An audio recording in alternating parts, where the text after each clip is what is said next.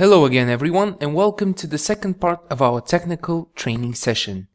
Now we are going to take a look at the VEDAMO learning management system from the viewpoint of an organization account holder.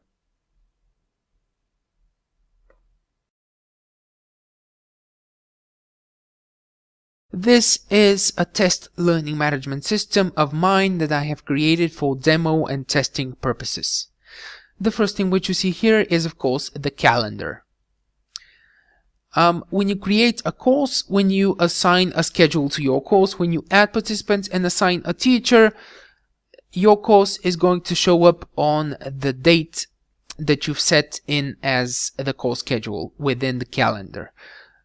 This is very useful because when you log in, or when your participants rather log in, they will be able to enter your session via the calendar itself. They will not need to go through the courses that they have assigned to them to look for your virtual classroom session.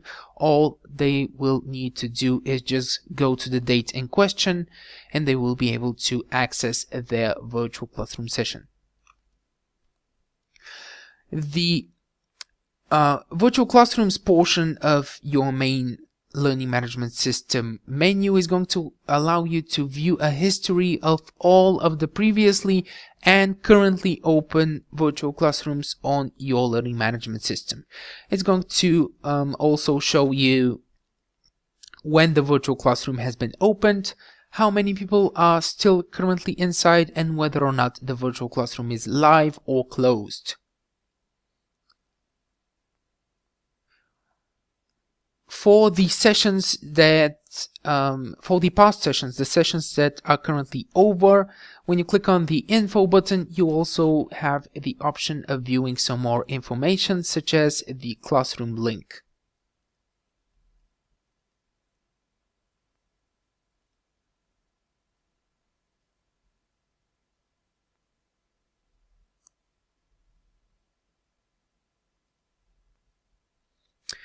What should be mentioned as well here is that, for example, when you click on a session, when you are looking for a session that you would like to watch the recording of, just click on the info button of the session in question, and as you can see here, you're going to have two options: convert to video and play recording.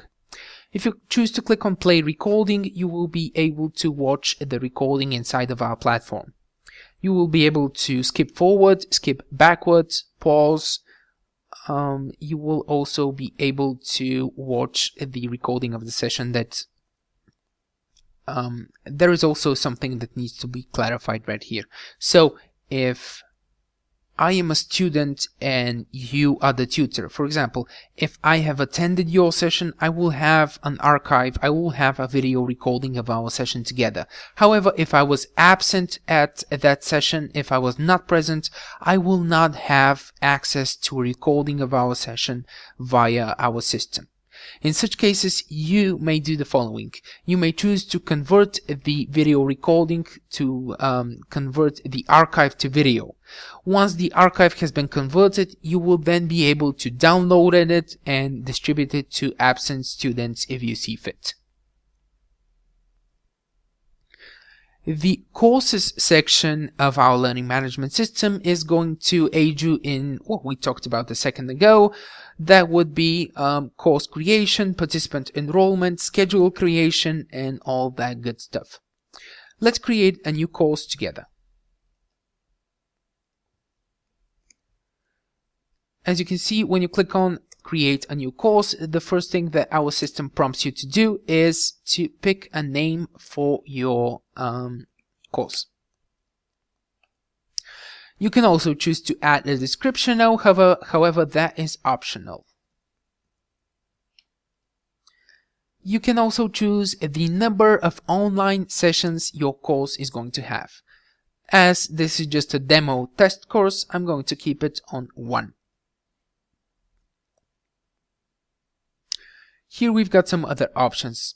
You should untick the box next to hidden, because if you do not, your course will not appear to your participants.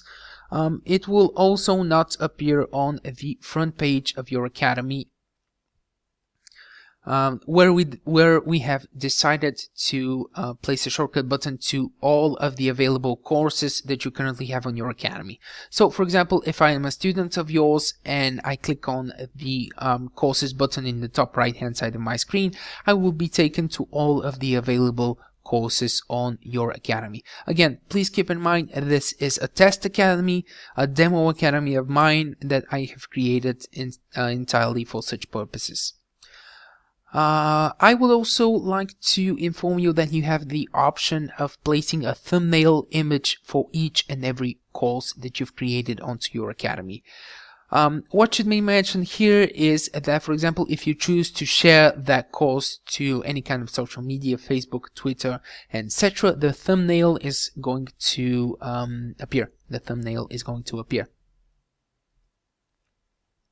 So, course creation. We should untick the box next to hidden so as our course will show up. We also want to tick the box next to mandatory as well. Same goes for the box next to is active.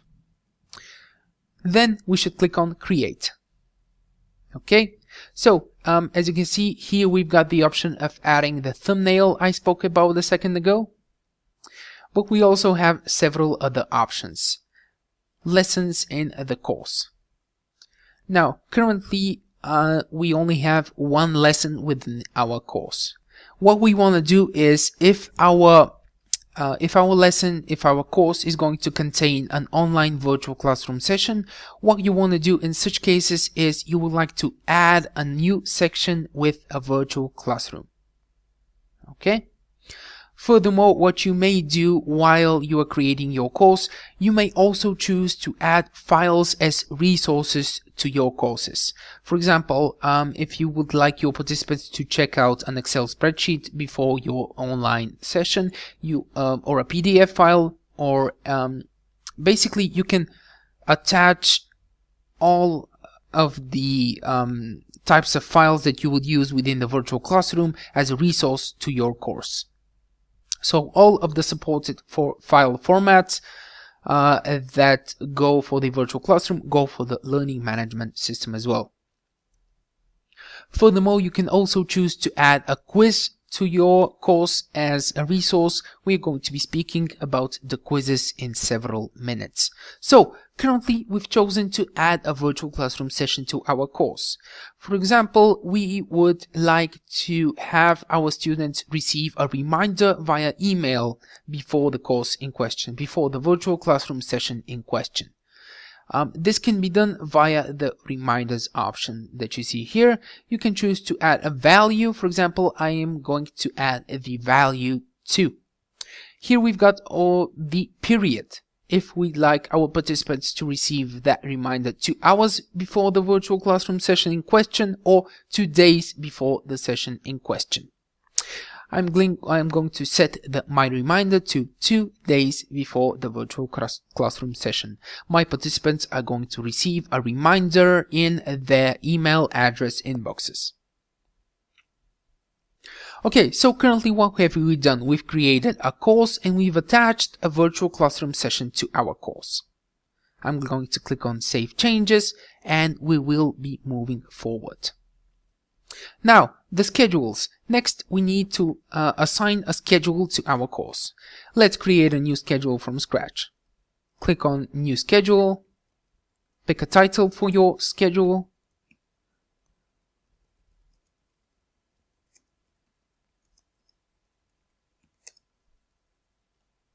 Click on Save. So, as you can see, we've got 2 different time frames here.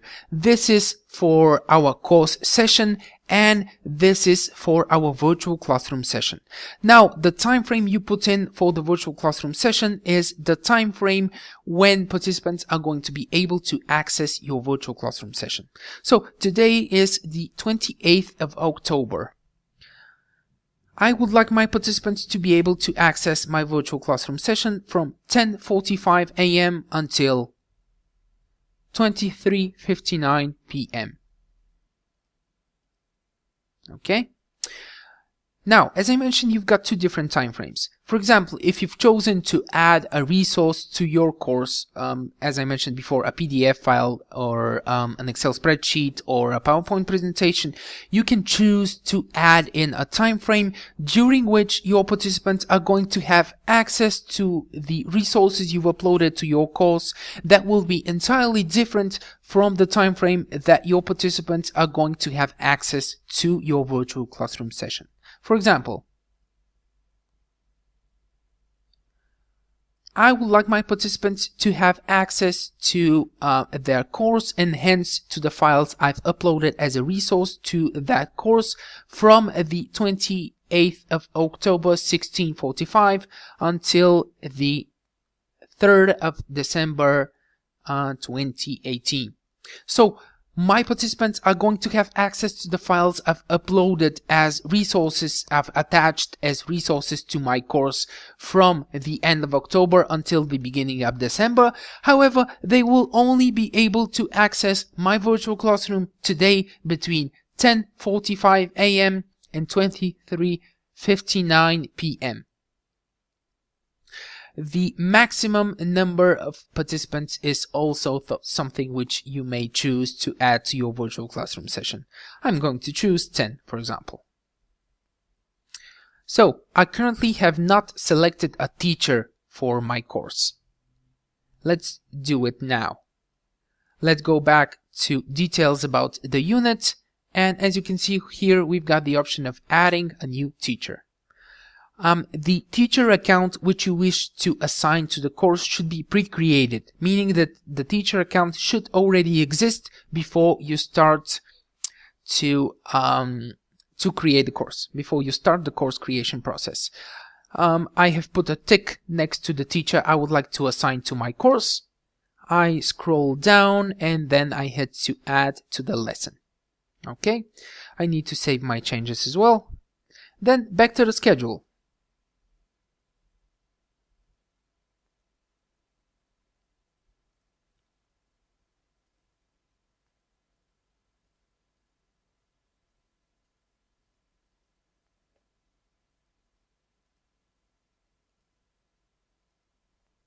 Again, entering the maximum number of participants that are going to be allowed to join the virtual classroom. And as you can see here, when I click on teachers, the teacher account that I have enrolled into the course is automatically pre-selected, and I have the option of adding him or her to my course. Then we just click on save. So currently, what have we done? We have created a course, we have decided how many sessions our course will have, we have chosen whether or not our participants are going to see reminders for our virtual classroom session and our course. We've reviewed the option that we've got to add files as resources to that course. And we have set a schedule for our virtual classroom session, as well as added a teacher to the session in question. Now, all we need to do is we need to add participants to our course. To do that, we need to go back to the courses list. We need to find the course in question. And as you can see here, we have the option of adding participants to our course. When I click on add participants, a list of all of the user and or teacher accounts within your academy is going to show up. Just pick the pupils that you would like to attend your course in your virtual classroom session and then click on continue. As you can see here, we've got the selected participants and here we have the available schedules. Click on save. And our participants have been successfully enrolled within our virtual classroom session, within our course, I apologize. And if we go back to our dashboard calendar and go to the 28th of October 2018, here we see the option to enter our technical training session course 1, schedule 1, session 1. This is the process that you will need to go through in order to create a course, in order to assign a tutor, and in order to enroll your participants into the course in question. Next up, I'd like to talk to you about our file library. As I mentioned before, the file library is basically a file sharing storage system. What is different here is that if you upload a file within the file library, you will have access to that file from any and all virtual classroom sessions that you open. You may choose to add in your file from the file library in question. This is how that screen would look from the virtual classroom. A folder will be created in name of any and all sessions that you've conducted in your academy. And in that folder, you're going to have a copy of all of the files that you've used within that session. So, for example, if I would like to find and use and reuse a file that I've used previously, I need to pull up the uploaded files functionality, open up the file library option, look for the session in question, click on it, and then I will have access to the files that were used during that session.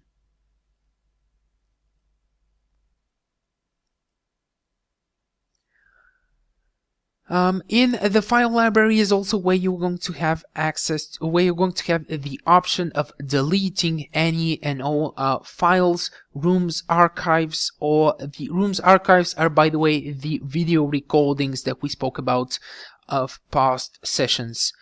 Why you would choose to delete the files, the room archives, or the templates that you currently have within your file library, that could be because of storage space constraints. So via the Academy storage and my personal usage, you're going to have the option of tracking how your Academy is doing when it comes to storage space, and how your own personal account is doing in terms of storage space as well. How you may go about deleting those in order to save room: just put a tick next to either the files or the room's archives, or the template you would like to delete. Just put a tick in the box next to the template in question, and then just click on delete right here. Next up, I would like to talk to you about our quizzes. So, let's create a quiz together from scratch. Just go to the quizzes option in your dashboard and click on create quiz.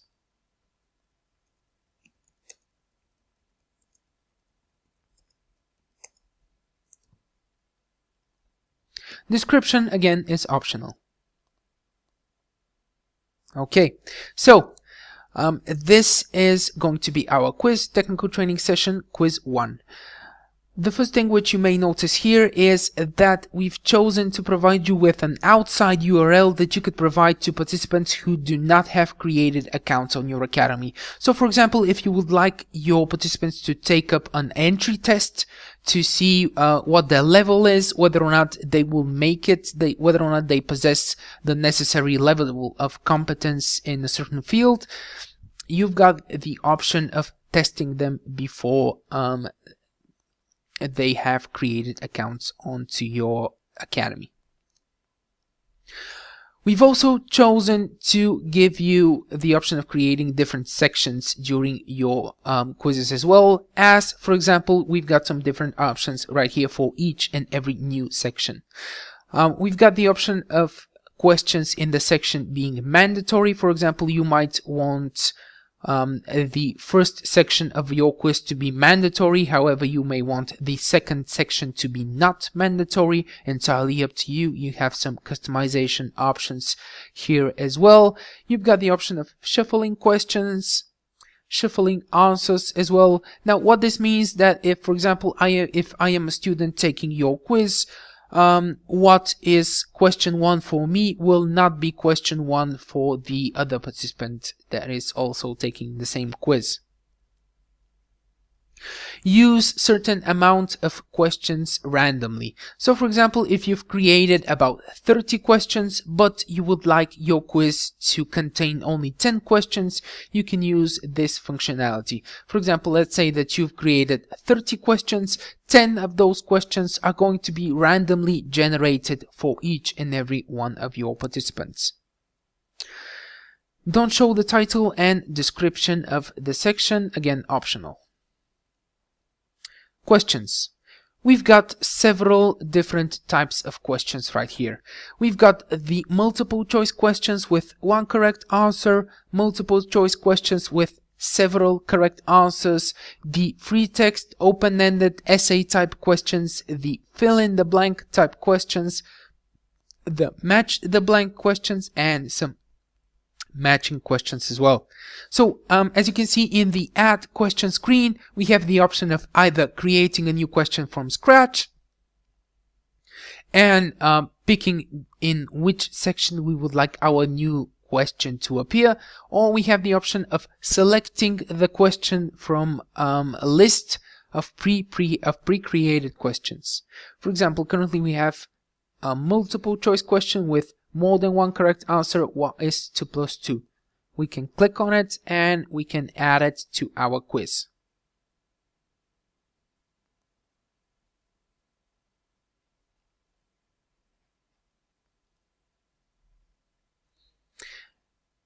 Okay, let's then click on Save.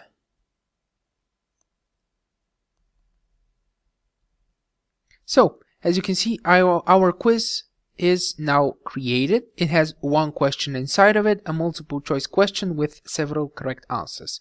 If you would like to test this out during quiz creation, just copy the link that you see here, the quiz URL.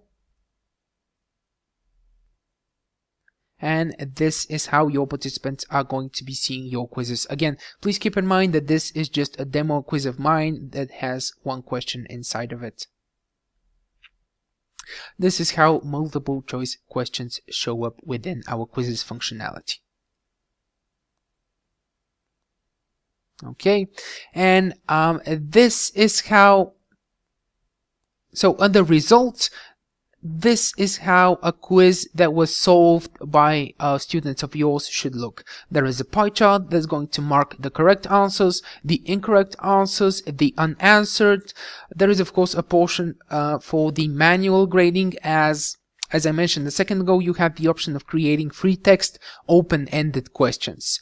As you can imagine, those questions require manual review, which is exactly why I have the option of completing the review right here.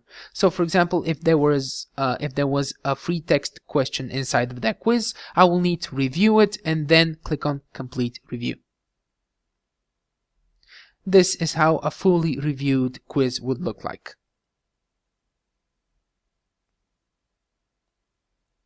Next up, the attendance. The attendance is basically going to provide you with a detailed breakdown of who has spent how much time in which virtual classroom session with whom during how much time. Again, just a breakdown of the activity in your learning management system. The users section of your dashboard menu is, as the name suggests, going to provide you with a list of everyone who has an account on your learning management system. Users tend to be 3 types within our learning management system. That would be the user, the admin, and the teacher.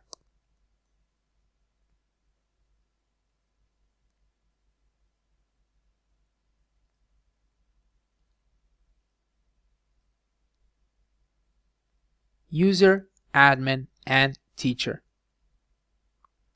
When you open up a participant's profile, you can see several other options as well. You can see some of their personal details such as phone number, time zone, etc. You can also reset the participant's password if need be, and you may also view how many and which courses is the participant enrolled in. Of course, you can see the quiz results of the quizzes that they have been assigned to and the quizzes that they have completed. The messages option is going to provide your participants with the ability to communicate without the use of an email client. So, however, I do need to clarify that this does not replace the email client. For example, if you type in a message to a participant who has an account on your academy, they will not receive it to their email address. They will receive it to their VEDAMO Learning Management System profile right here, as I currently have received, evidently, a reminder of a session. When composing messages, you of course have all of the standard formatting options that we spoke about while we were speaking about the text tool as well. You can also choose to add attachments to your messages. Under the Account and Settings section of the menu, you are going to have the option of viewing more information about the organizational account of the learning management system. Again, we can see how many storage the account has used, teacher courses, quizzes, results, all of that good stuff, changing the password, personal details, etc. Under general information, however, there is something which we need to speak about right here. So, you're going to see some valuable information regarding the validity of your account, when it is set to expire, how many virtual classrooms do you have the option of opening up simultaneously out of how many of the possible ones, how much storage you have taken up, how many user accounts are currently created on your learning management system, how many courses are currently created as well, and how many lessons. Now, interactive archives. We spoke about the ability to view a recording of the sessions that you have attended. However, if you do not want your sessions being automatically recorded, if you do not want your participants to have recordings of each and every one of the sessions that they have attended with you, you can turn off the interactive archives functionality. Just uncheck the box and your session will no longer be recorded. Users registration. If you choose to tick this option, if you choose to turn this option on, users are going to have the option of creating accounts for themselves on your learning management system. If the option is off, you, the organization account holder, you are the only one who will be able to create accounts on your learning management system. Allow teachers to see all rooms in the rooms list. The room list is what you see when you click on virtual classrooms. This is the room list, the list of all of the previously and currently open virtual classrooms on your learning management system. So, for example, if you would like your teachers to not be able to see that list, you can untick that box. Here we see our subdomain name, which again we can see in the browser address bar. We also have the option of uploading a custom logo. Custom logo will replace the VEDAMO logo within the learning management system as well as within the virtual classroom as well. You also have the option of uploading a favicon that will appear in the browser address bar as well. The last option which I'd like to talk to you about is the integration option. We've chosen to give you the option of integrating one of the following learning management system with the VEDAMO virtual classroom. Moodle integration is supported for versions 2.2 and version 3, Canvas and Schoology as well. So if you would like to use the Canvas learning management system but would like to use it with the VEDAMO virtual classroom, you absolutely have this option. So we have reached our final destination. We have taken a look at most of the functionalities of both the VEDAMO virtual classroom and the VEDAMO learning management system. Please keep in mind you can always reach us at support@vedamo.com if you have any questions or concerns. Thank you very much for watching this recording. Once again, my name is Edward, and I wish you a wonderful day or evening. Goodbye.